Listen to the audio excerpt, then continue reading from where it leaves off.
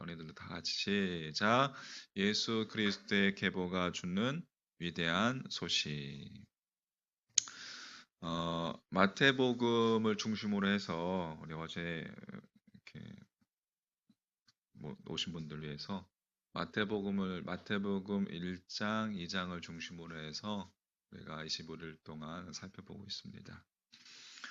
어, 예수님의 출생을 밝힌 이 마태복음의 기사, 예수님이 말구에서 태어나시는 그런 사건들로 시작하지 않고 마태복음은 훨씬 고대로 거슬러 올라가서 조금은 지루해 보이는 이 족보를 장황하게 나열해 놓고 있습니다.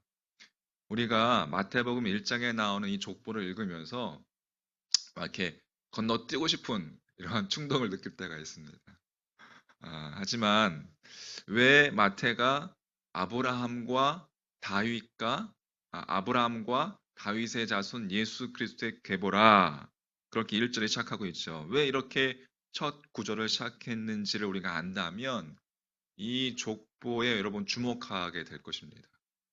사실 마태복음의 이 첫 짧은 구절 아브라함과 다윗의 자손 예수 그리스도의 계보라 이것이 마태가 전하려고 하고자 하는 메시지의 핵심이 담겨져 있는 것. 1장 1절 말씀. 아주 중요한 말씀입니다. 여러분, 계보라는 것은 족보라고 그렇게 옮길 수 있는데, 이제 계보는 헬라어 단어로 제네시스. 그러니까 제네시스라는 단어가 기원 혹은 내력을 뜻하는데, 보통 우리가 통상 창세기라는 뜻으로 사용되죠. 제네시스. 유명한 뭐 이렇게 자가용도 있죠. 제네시스. 자, 그렇다면 이 마태복음 1장 1절을 방금 이야기한 것으로 다시 한번 읽어보면 아브라함과 다윗의 자손 예수 그리스도의 창세기라 계보를 창세기로 바꿔서 한번 같이 읽어볼까요? 같이 한번 시작. 아브라함과 다윗의 자손 예수 그리스도의 창세기라. 예. 자, 이렇게 읽어보면 지금부터 마태가 서술하려고 하는 것은 단순히 예수님의 족보가 아니라 예수님을 통해서 발생한 새로운 창조에 관한 이야기, 예수님과 더불어서 열리는 새 하늘과 새 땅에 대한 함축적인 선포가 1장 1절 말씀에 내포되어 있다는 것을 우리는 알게 되는 거예요. 쉽게 말해서 예수님은 허구가 아니라 실제라는 겁니다. 할렐루야.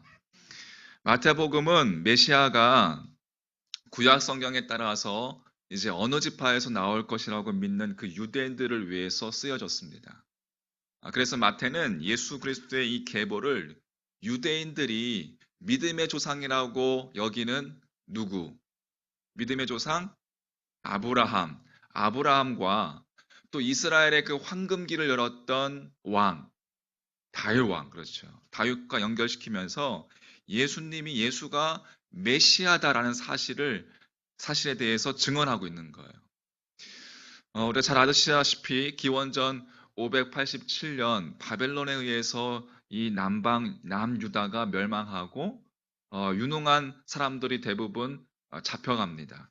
그 잡혀간 이후에 하나님의 나라와 백성이라고 자부해왔던 그 유대인들이 그들을 다시 하나님의 나라와 백성으로 회복시켜줄 메시아를 대대로 기다리고 있었어요. 수백 년 동안 그렇게 메시아를 기다렸습니다. 때때로 그 메시아가 와서 이스라엘을 구원한다는 그 외침이 있기도 했습니다. 가짜 메시아죠. 특히 기원전 140년경에는 이 유다가 독립을 이룸으로써 약속된 구원이 임한 것인가?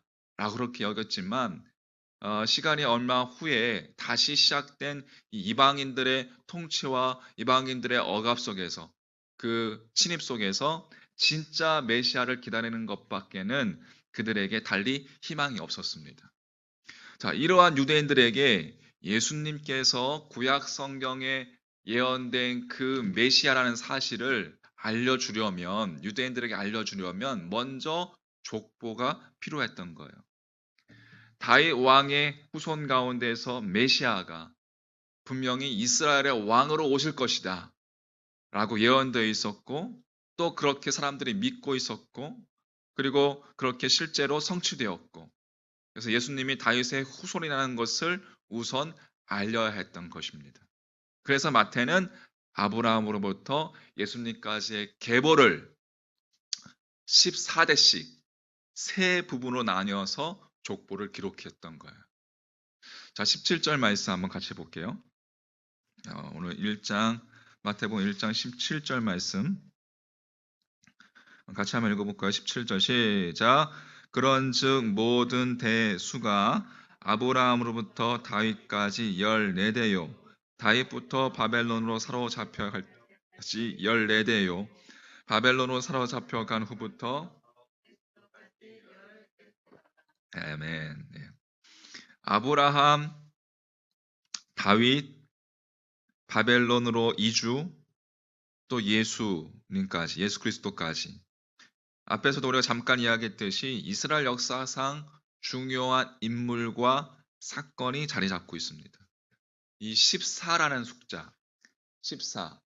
14라는 숫자는 성경에서 여러분 거룩한 수는 7입니다. 7, 완전수라고 하죠. 7, 7의 배수이기도 하고, 다윗이라는 이름의 히브리어 알파벳 숫자의 합이기도 합니다. 이 히브리어에는 여러분 각 알파벳마다 숫자가 있어요. 숫자에 숫자가 있습니다. 그러니까 다윗, 우리나라 말로는 다윗 두 글자지만 히브리어는 다윗 세 글자예요. 다윗. 그 글자마다 각 숫자가 있습니다. 4, 6, 4. 그러니까 4 더하기 6 더하기 4는 뭐예요? 14죠. 예. 그러니까는 아브라함부터 예수님까지의 이 계보를 통해서 하나님께서 인도하시는 이 이스라엘의 역사가 예수님 안에서 그러니까 성취되는 것을 보여주고자 한 것이고, 그 14라는 것은 다윗의 음절, 그 다윗의 음절 세 개에 해당되는 숫자를 합한 것인데, 방금 이야기했듯이 그렇게 아브라함부터 예수님까지의 계보 14대, 14대, 14대, 이것을 하나님께서 인도하시는 이스라엘의 역사가 분명히 예수님 안에서 성취된다는 것을 보여주고자 그렇게 기록한 것이고, 아브라함과 다윗의 자손이라는 표현은 아브라함에 대한 하나님의 약속의 성취와 또 다윗 왕, 다윗 왕의 위, 다윗 왕의 위가 영원토록 있을 것이다라고 약속하셨던 그 다윗의 통치권이 예수님에게 이어지고 있다는 것을 우리에게 보여주고 있는 것입니다. 그러니까 쉽게 말해서 이스라엘의 실질적인 통치자, 구원자, 메시아는 예수 그리스도다 라는 것을 이 족보가 우리에게 보여주고 있는 것입니다. 자, 여러분, 예수님의 탄생은 뭐 아주 먼 옛날 시작하지 않았어요. 그렇게 시작하지 않았습니다. 뭐 우리가 그 옛날 이야기들을 이렇게 보면 뭐 아주 먼 옛날에 뭐 호랑이 담배 피던 날에 뭐 그렇게 시작하잖아요. 근데 마태는 예수 그리스도의 계보, 그 족보를 기록하면서 예수님의 탄생의 기사를 우리에게 보여주고 있어요. 다시 말해서 아주 먼 옛날이라는 말은 뭐 아주 먼 옛날에 뭐 호랑이 담배 피던 날에 이라는 말은 그 일이 있었 수도 있었거나 아니면 없었거나 그 사실 여부가 확실하지 않지만, 그죠? 아주 먼 옛날에. 그러나 예수 그리스도의 계보, 족보라는 것은 예수 그리스도의 정체와 예수 그리스도의 행적에는 역사적인 근거가 있다는 것이, 역사적인 근거가 있다는 뜻이고, 예수님은 허구가 아니라 실존 인물이다라는 것을 우리에게 이야기해 주는 겁니다. 따라서 예수님의 복음은 우리에게 좋은 충고가 아니라 실제로 있었던 소식인 거예요. 좋은 소식, 기쁜 소식인 것입니다. 충고는 뭐예요? 충고는 내가 해야 할 일을 조언하거나 뭔가 일을 해내려고 그렇게 우리에게 촉구합니다. 어, 충고. 다른 사람이 나한테 충고를 해. 그럼 내가 그 부분에 대해서 하고자 하는, 응? 모든 게 나의 행동에 달려 있습니다. 그렇지만 소식은 뭐예요? 이미 그 실행된 일을 전하는 거예요. 이미 벌어진 일에 대해서 우리가 그 소식을 듣고 인식하고 그것에 맞게 반응하는 것. 소식은 그렇게 우리에게 촉구합니다. 이미 누군가가 행동했다고 말하는 것이 소식이에요. 그러니까 하나님의 아들이 세상에 태어나신 일은 진리이고 기쁜 소식입니다. 소식이고 발표예요. 따라서 구원이라는 것은 충고에 담겨 있는 의미처럼 내가 무엇을 하거나 해야 하는 것이 아니라, 구원은 소식에 담겨 있는 의미처럼 이미 실행된 일, 이미 벌어진 일을 인식하고 믿고 받아들이는 겁니다. 할렐루야.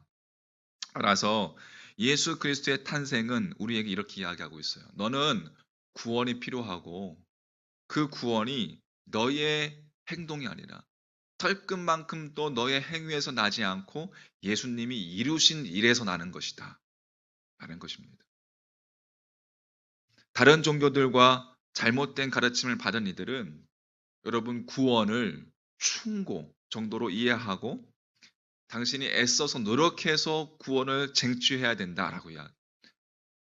너가 무언가를 반드시 해야 된다. 너가 기도하거나 순종하거나 의식이 바뀌어야만 구원이 온다라고 이렇게 이야기합니다. 하지만 기독교 복음은 기쁜 소식입니다. 소식은 다릅니다. 너희가 결코 너희 스스로 내게로 올라올 수 없기에 내가 너희에게 내려갔다라고 말씀하시는 거예요. 이것이 예수 탄생의 기쁜 소식이며, 성탄절, 크리스마스는 성자 하나님이 우리를 구원하러 오신 이야기의 시작인 것입니다. 할렐루야. 여러분, 복음서 전반에 걸쳐서 내가 해야 할 일이 아니라 하나님이 하신 일을 우리에게 이야기해 주고 있습니다. 예수 그리스도와 주님과의 관계를 맺는 길은, 주님을 통해서 구원받는 길은 충고를 받아들이거나 도덕적으로 내가 개과천선하거나 심지어 공동체에 들어간다고 해서 구원이 이루어지는 게 아닙니다. 주님과의 깊은 관계, 주님과의 깊은 관계를 맺는 길은 우선 역사 속에서 이루어진 그 실제의 사건을 믿어야 합니다. 하나님이 정말 인간이 되셨어? 예수님이 정말 나를 위해서 이 땅에 오시고 고난당하시고 죽으셨어? 정말 죽음을 이기시고 부활하셨어? 이것을 믿는 겁니다. 할렐루야. 그게 여러분 소식이에요. 기쁜 소식. 복음. 크리스마스는 기독교가 좋은 충고가 아니라 큰 기쁨의 좋은 소식이라고 우리에게 말해주는 겁니다. 예수 그리스도는 인간의 실존을 그저 초월하거나 우리가 사는 이 세상의 모습을 경멸하고 외면하고 무시하는 분이 아닙니다. 우리가 죄 많고 추하고 세상이 깨어지고 악이 창궐하고, 그렇다고 해서 이 세상의 모습을 외면하고 그냥 내버려 두시는 분이 아니신 거예요. 예수 그리스도께서는 그럼에도 불구하고 신이신 그분이 인간 실존의 한 가운데로 친히 찾아오신 분이시에요.